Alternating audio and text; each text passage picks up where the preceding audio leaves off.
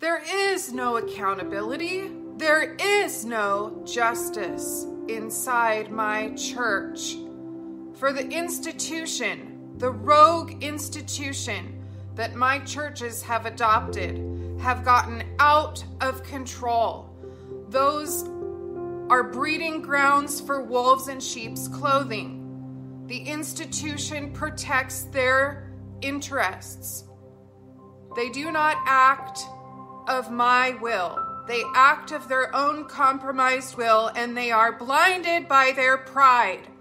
They chew people up and spit them out. They cause people to leave my church. They don't reflect my heart and my nature.